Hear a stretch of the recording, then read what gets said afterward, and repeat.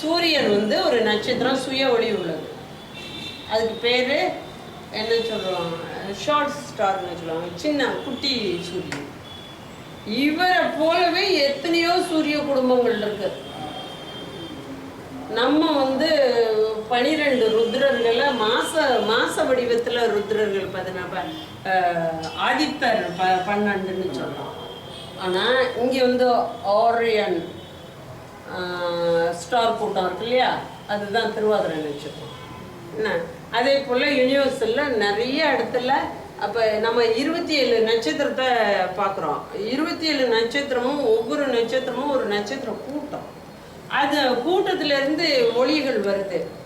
இப்போ ஒரு லாங்காக ஸ்ட்ரைட்டாக போகிற ரோடில் இப்படி நேராக போகிற லைட்டுக்கு எதிரக்க சிவப்பு லைட்டாக கண்ணுக்கு தெரியும்.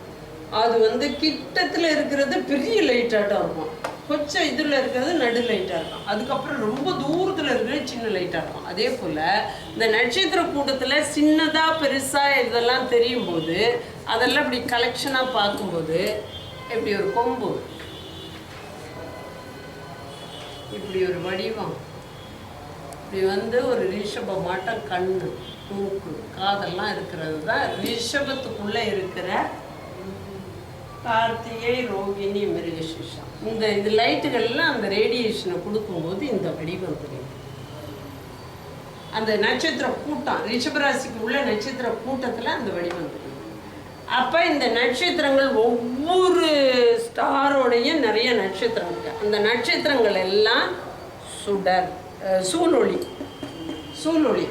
நம்ம சூரிய குடும்பத்தோடு சூழ்ந்து இருக்கிற ஒளி. இதைத்தான் மாணிக்கவாசகர் சொன்னார், சோதியே சுடரே சூழலி ஒளிக்கு. அவர் ஃபுல்லாக அஸ்ட்ரானமி தான் பாட்டாக பாடி வச்சிருப்பார்.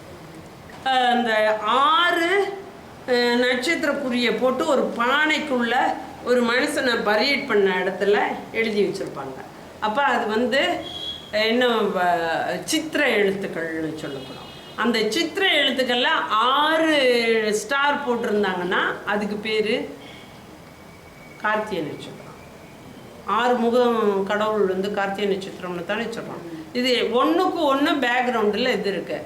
நட்சத்திரன்றது சீட் ஆஃப் ஸ்டார். அதனால நம்ம சங்கல்பம் பண்ணும்போது நட்சத்திரம் சொல்லி ராசி சொல்லி செய்யலாம்.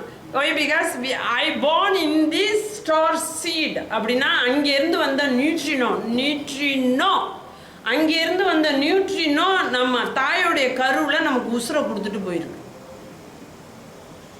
அப்போ பால் வந்து கறந்த உடனே அது ஒன்றுமே தெரியாது. அது அடுப்பில் வைக்கும்போது இப்படி இப்படி இப்படி இப்படி அலையாட்டம் வரும்.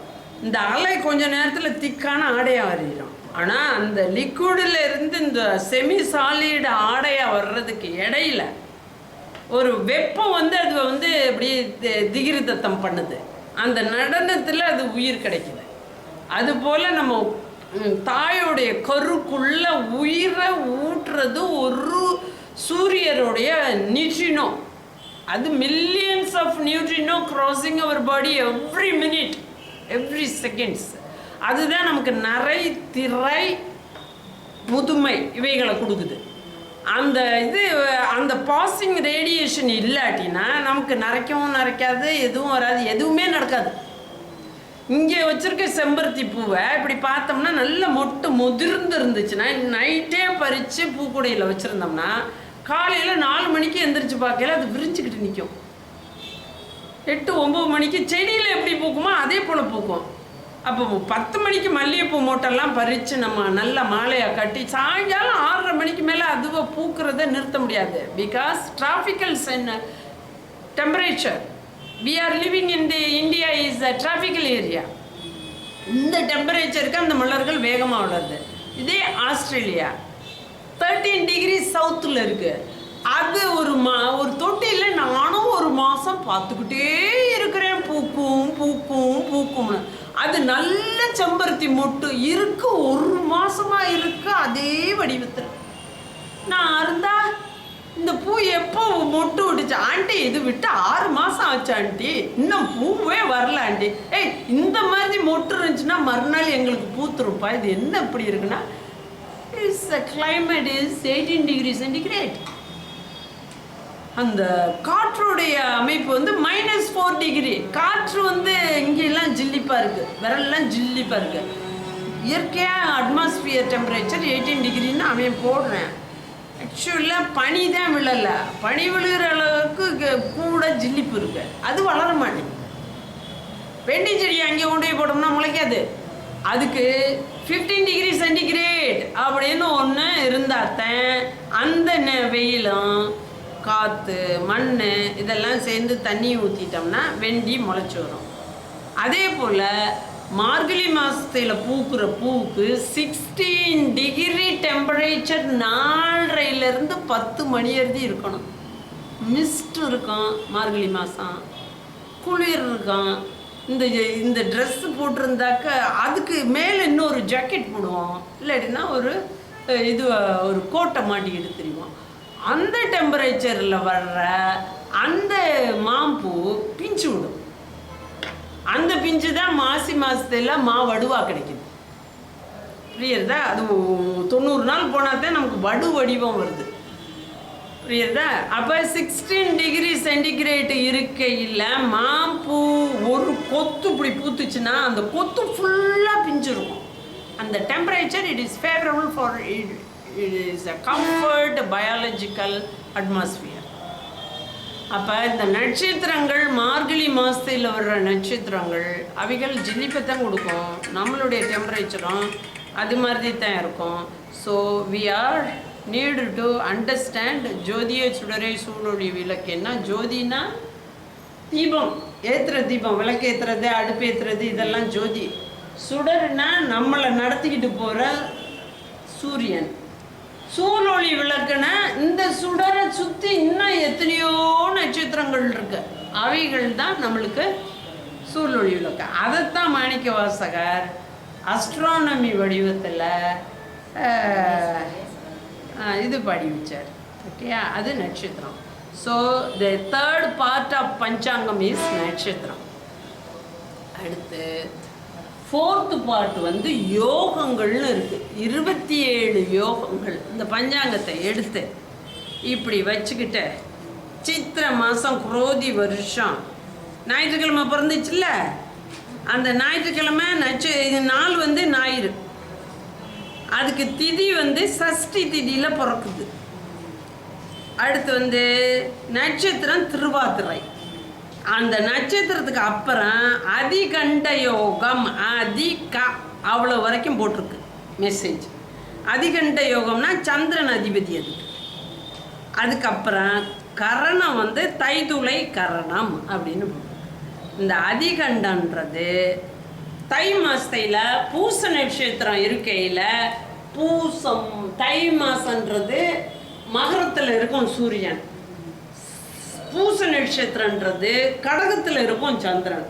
அந்த பௌர்ணமி அன்னைக்கு விஸ்கம்ப யோகம்னு யோகத்தில் முதல் யோகம், அஸ்வினின்னு சொல்கிறோம்ல நட்சத்திரத்தில் முதல் நட்சத்திரம். அதே போல் 27 யோகம் இருக்குது. 27 யோகத்துக்கு முதல் யோகத்துக்கு பேர் விஸ்கம்ப யோகம். அது கடகராசியில் பிறக்கும், பூச நட்சத்திரத்தில் பிறக்கும். அதுக்கு யோகாதிபதி அந்த பூச நட்சத்திரத்துக்கு அதிபதியான சனி பகவான் யோகாதிபதி. அவயோகாதிபதினு ஒன்று இருக்குது. 6வது நட்சத்திரத்தோடைய அதிபதி அவயோகாதிபதி. அப்போ ஹஸ்த நட்சத்திரத்துக்கிட்ட போனீங்கன்னா 6வது நட்சத்திரம் ஆகும். பூசத்துக்கு அப்புறம் ஆயில்யம், மகம், பூரம், உத்திரம், அஸ்தம். 6வது நட்சத்திரமாக வர்ற அது உண்மையாக அது இல்லை. இங்கே 7வது நட்சத்திரத்தில் சூரியன் திருவோணத்தில் இருக்கும்போது பூச நட்சத்திரத்தில் இருக்கிற சந்திரனுக்கு பௌர்ணமி. அவயோகாதிபதி இவர் சந்திரன். அப்படி வரும். சாதாரணமாக நினச்சிக்கோங்க, யோகாதிபதி நட்சத்திரத்திலேருந்து 6வது நட்சத்திரம் எந்த நட்சத்திரமோ அதுக்கு அதிபதி யாரோ அவர் தான் அவயோகாதிபதினு ஒரு கணக்கு வச்சுக்கோங்க. யோகங்களுக்கு அவயோகாதிபதியும் ஒன்று உண்டு. அது வந்து 4ஆம் பார்ட் ஆஃப் பஞ்சாங்கம். 5வது பார்ட்டு கரணம். திதியை 2ஆக பிரித்தோம்னா கரணம். ஒவ்வொரு திதிக்கும் 30, அதாவது 15 திதிக்கு 30 கரணம். மொத்தம் கரணம் 11 தான். சரகரணம் 4, வேகரணம் 7. மொத்தம் 11. அமாவாசை பௌர்ணமியில் சகுனி விஷ்டின்னு பேர். அந்த அது வந்து ஸ்திரகரணம். அது அப்புறம் வந்து சதுர்பாதம், அப்புறம் வந்து ஹிம்ஸ்துக்னி அப்படின்னுட்டு இந்த புழு அப்படின்னு 4 கரணம் இருக்கு. அந்த 4 கரணத்துக்கு ஸ்திரகரணம், மற்றதுக்கெல்லாம் சரகரணம்னு பேர். அது திதியில் 2 திதியில் ஒவ்வொரு திதிக்கு 2 கரணம் வரும். அது மொத்தம் 5 புரிஞ்சுக்கிட்டீங்க. திதி திதி திதி 15 இருக்குல்ல. பௌர்ணமியில் பாதம் வந்து பௌர்ணமி கரணம் வந்து கரணம் வந்து சதுர்பாதம் வரும். 2வது கரணம் பாலவம் வரும். பாலவம் தான் கரணத்தில் கரணம். அதுக்கு பவகரணம்னு வரும். அதுதான் கரணம். அதுக்கப்புறம் பாலவம். கரணத்துக்கு சூரியன் அதிபதி, 2வது கரணத்துக்கு சந்திரன் அதிபதி. இந்த வருஷம் சஷ்டி திதியில் அந்த திதிக்கு கரணம் வந்து தைதுளை. அதுக்கப்புறம் வந்து வர்றது வந்து இந்த வருஷ பிறப்பு வந்து தைதுளையில் பிறந்தது. இதெல்லாம் நம்ம 5 பஞ்சாங்கத்தில் 5 பாகங்கள். அவ்வளவு போதும் என்று நினைக்கிறேன். 4 திதி நட்சத்திரம் யோகம் கரணம். 4ன்றது 5. சூரிய உதயம் மாதத்துக்கு மாதம் வித்தியாசப்படும். மார்கழி மாதத்துலாம் 6:48க்கு சூரிய உதயம் இருக்கும். பஞ்சாங்கத்தில் சூரிய உதயம் எப்படி இருக்குதுன்ட்டு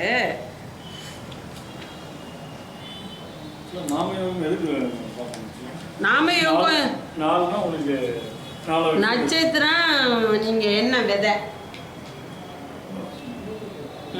யோகம் டெய்லி பார்க்க வேண்டாம். நம்ம பிறக்கையில என்ன யோகத்தில் பிறந்திருக்கோம்னு பார்த்துக்கோங்க. அதை பார்த்துக்கிட்டீங்கன்னு உதாரணத்துக்கு தான் நான் சொல்கிறேன். என்னுடைய ரிசர்ச் யோகம் அதில் வந்து லண்டன் ராயல் ஃபேமிலியில் டயனான்னு ஒரு மருமகளை வெளி குடும்பத்திலேருந்து எடுக்கிறாங்க. அவளுக்கு வந்து பிரித்தி யோகம் 2வது யோகம். அதே குடும்பத்தில் பிறந்த சார்ஜ் இருந்தார்ல, அவரோட அண்ணன் 8வது எட்வர்டு 7ஆம் எட்வர்டோடைய பையன். 8வது எட்வர்டு பையன். அந்த பையன் பிறந்தது இது 2வது யோகம். அது 19வது யோகத்தில் அவர் பிறக்கிறாரு. அது 2மே புதனுடைய யோகம். Love and affection. அது அரச பதவியே எனக்கு வேண்டாம், ஊரான் பொண்டாட்டி என் காதலி, நான் அவளோட இருக்கிறேன்ட்டு பதவியை ரிசைன் பண்ணாரு. இது என்ன பண்ணிச்சு, புருஷன் பிள்ளைங்க எல்லாம் கௌரவமான வாழ்க்கை இருக்குது. அப்படி இருந்தும் கூட இந்த ஏதோ இந்த ட்ரக்கெல்லாம் பழகி இருந்ததுனால she not have a stable mind. She changed her attitude. She make a divorce and company with a boyfriend. அப்படி எக்ஸிஸ்ட் பண்ணதுக்கு ராயல் ஃபேமிலி விடாது, போட்டு தள்ளிடுச்சுங்க. அப்படிதான் முடிஞ்சு போச்சு கதை. அது போல் அந்த யோகம்னு ஒன்று இருக்குது. அதுலேயே வந்து சித்த யோகம்னு ஒன்று இருக்குது, சிவ யோகம்னு ஒன்று இருக்குது. 20வது யோகம்ன்றது புதனுடைய இது தான். 2வது இது விஸ்கமம் முதல் யோகம். பிரித்தி வந்து 2வது யோகம். விஸ்கமம் சனின்னா அடுத்த நட்சத்திரம் ஆயுள்ய நட்சத்திரம் வந்து பிரித்தி யோகத்துக்கு உடையது. அதுக்கு அடுத்த நட்சத்திரம் மக நட்சத்திரம் வந்து ஆயுஷ்மான் அப்படின்ற யோகத்துக்கு உள்ளது. ஏற்கனவே நான் சொல்லியிருக்கேன், அம்பானி அதானி அப்படின்னு. இந்த அதானிக்கு நம்ம ஸ்டேட் கவர்மெண்ட் வந்து ஃபைனான்ஸ் சப்போர்ட்டு சொல்லி பிரிஸ்பனில் கோல்ட் மைனிங் எல்லாம் எடுத்தாங்க.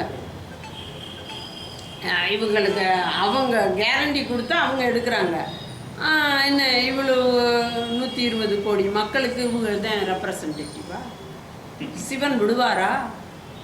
என்னென்ன பண்ண சாவு நல்ல சாவு வராது, புரியுறதா? அதே சமயத்தில் எலிசபெத் விக்டோரியாவுடைய மகன் அவர் இந்தியாவுக்கெல்லாம் வந்துட்டு வந்தார். அவங்க அம்மா 92 வயசு வரைக்கும் இருந்தா இவர் 72 வயசுல தான் அரசனாவே ஆக முடிஞ்ச. இப்போ சார்ஜ் ஆன மாதிரி இது வந்து it is not luck, it is ஒரு மாதிரியான ஒரு இது. அந்த மாதிரி அந்த யோகங்களுக்கு ஒரு பலன் இருக்கு. காலத்தோடு அனுபவிக்கிறது இந்த என்னது ஆயுஷ்மான் 3வது யோகத்தில் பிறந்தான். ஊராண்டு சொத்துக்கு இவன் காலத்தில் இவன் ரெப்ரசன்டேட்டிவ் கோடிக்கணக்கான சொத்துக்கு இதுன்னா 13 டிக்கெட்டை ஷூட் பண்ண என்ன எது பண்ண என்ன டோன்ட் கேர்னு போய்கிட்டு இருக்காரு இருந்தால் ஒரு துணி வியாபாரி. அது எப்படி அதிர்ஷ்டம் அப்படி ஏறி போகுது? அது வந்து அது அதில் பிறந்துட்டாக்கா அதை அனுபவிச்சு தான் தெரியும். அப்போ ஜாதக கட்டங்களோட யோகம் வந்து ரொம்ப முக்கியம். விதை கசகசா மாதிரி இருக்குது ஆழம் விதை, ஆனால் இவ்வளோ பெரிய விருட்சம் வரப்போகுதுன்னு நமக்கு தெரியாது. அது தொட்டியில் வச்சு வளர்க்க முடியாது.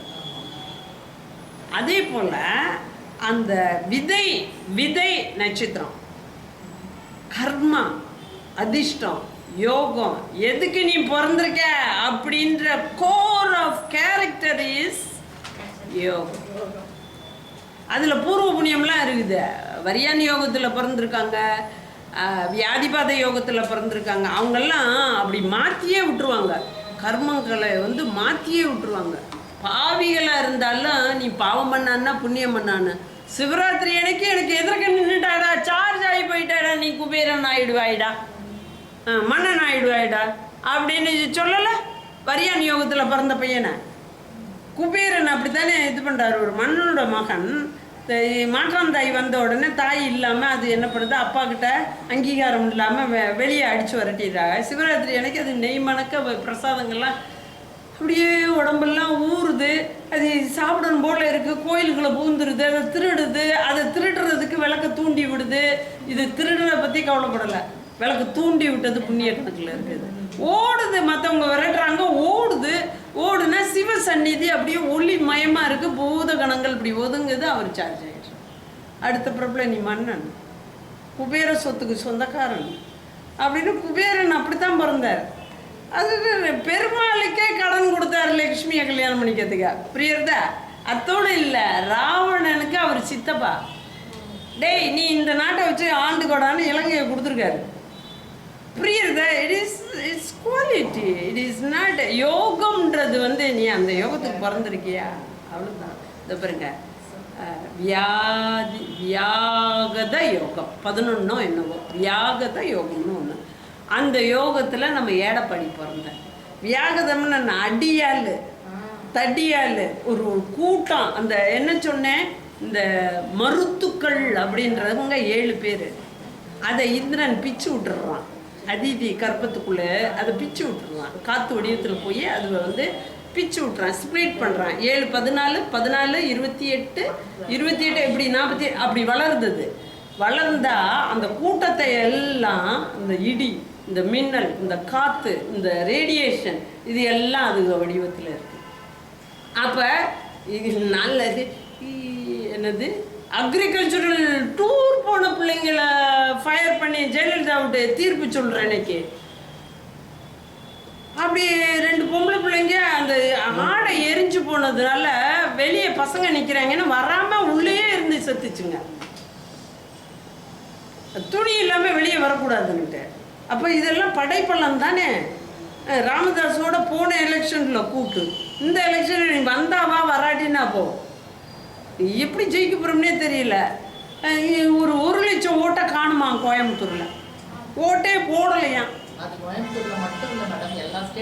எங்கள் வீட்டிலேயே 5-6 ஓட்டு, எங்கள் வீட்டுக்காரர் விட்டு ஓட்டெல்லாம் காணும். அதை நான் சொல்லலை. நான் ஓட்டு போட்டு வெளியே வர்றேன், தம்பி நான் ஓட்டு போட போகிறேன், தம்பி ஓட்டை போட்டுட்டு வெளியே வந்துச்சு. அவர் ஐஜி அதெல்லாம் ஒன்றும் சொல்லலை. சும்மா சாதாரண மனுஷனாட்டம் போய் பூத்தில் போட்டுட்டு வர வேண்டியதுதான்.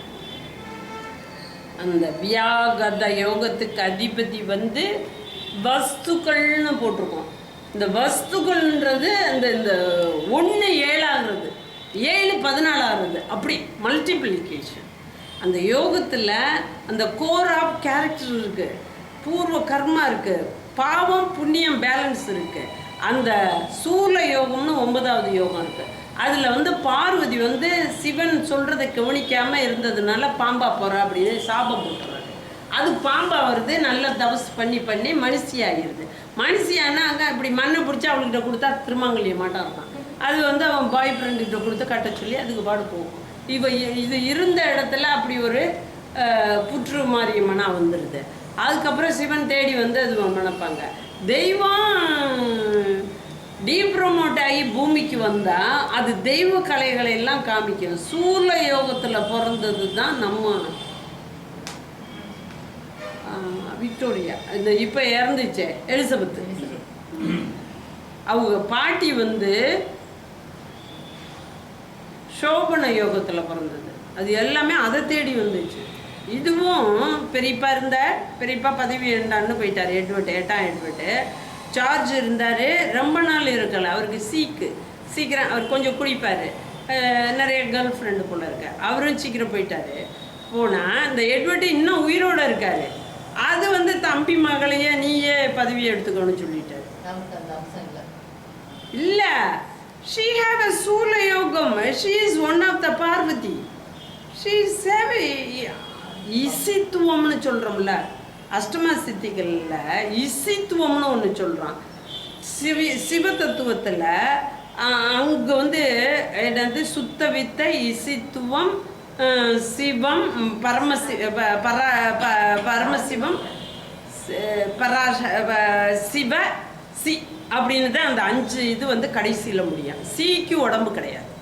சிவாவுக்கு பார்வதி இருக்கிற மாதிரி தோணுமே ஒழிய சோலும் பாடியும் அசம்பிள்டு.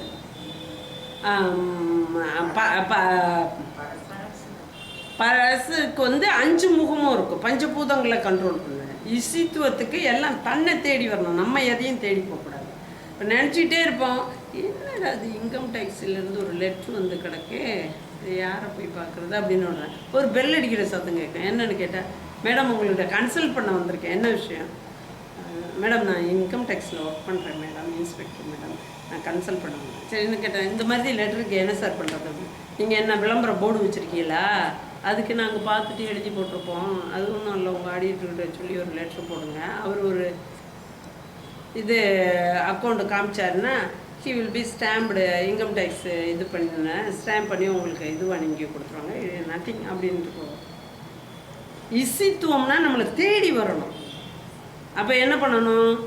வாக்கு, மனசு, காயம் 3 புனிதமானதாக இருக்கணும். சுத்தமானதாக இருக்கலாம். அது வேற விஷயம். அதை ஆப்ரேட் பண்ணாட்டினா அது சுத்தமானதாக இருக்கும். But it is not useful. But அது என்னவோ ஒரு வயசில், ஒரு 3 வயசு 4 வயசில் ஏதோ ஒரு அம்மா போட்டுருச்சு, சரின்ட்டு அது வந்து பிச்சை நெல் வாங்கிட்டு வந்து பொங்கல் வச்சு மாவிளக்கு வச்சு அந்த மாரியம்மனை போய் ஒரு அங்க பிரதிஷ்டனை பண்ணிவிட்டு அப்படி குளிச்சுட்டு வந்தேன். அதுக்கப்புறம் அவங்க சொல்கிறதெல்லாம் என்னவோ ஒரு வித்தியாசமாக இருக்கும். அவங்க வந்து ஆர்டினரி மக்களை தொடமாட்டாங்க. அந்த 3 வயசுலேயே அந்த குழந்தை எப்படி ஞானசம்பந்தர் பாடினாரோ, சிவபெருமான் அவர் உடம்பை பயன்படுத்தி அவர் நாக்கு வழியாக சோடுடைய சிவியன் அப்படின்னு பாட ஆரம்பித்தாரோ, அதுபோல் the body is employed by a divine sources, automatically it will be predicted. Prediction comes true. ஒரு நாளைக்கு டெட்ராய்டெலாம் இப்படி உட்காந்துக்கிட்டு வெண்டைக்காயை சாம்பார் பண்ணுறதுக்காக கத்தியை வச்சுக்கிட்டு இப்படி வெட்டிக்கிட்டு இருந்தேன். அம்மா கையை வெட்டிவிடுனேன். ட்ராவை திறந்து நைஃபை தூக்கி போட்டுவிட்டு இப்படி உடச்சி சாம்பார் வச்சேன். ஏன்னா எங்கள் அப்பாவுடைய வார்த்தை பழிக்கும்.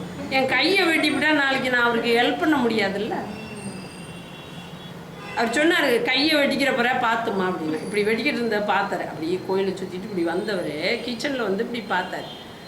அந்த மாதிரி அந்த வாக்குன்றது செய்யாருன்னு ஒரு இடத்துல ஒரு ஜோசியர் இருக்கிறாருன்னு நவாப்பும் அவருடைய அசிஸ்டண்ட்டும் அங்கே வந்தாங்க. வந்துட்டு நீ என்ன சொன்னாலும் உன்னை பொய்யாக்க போகிறேன் அப்படின்னாரு. என்ன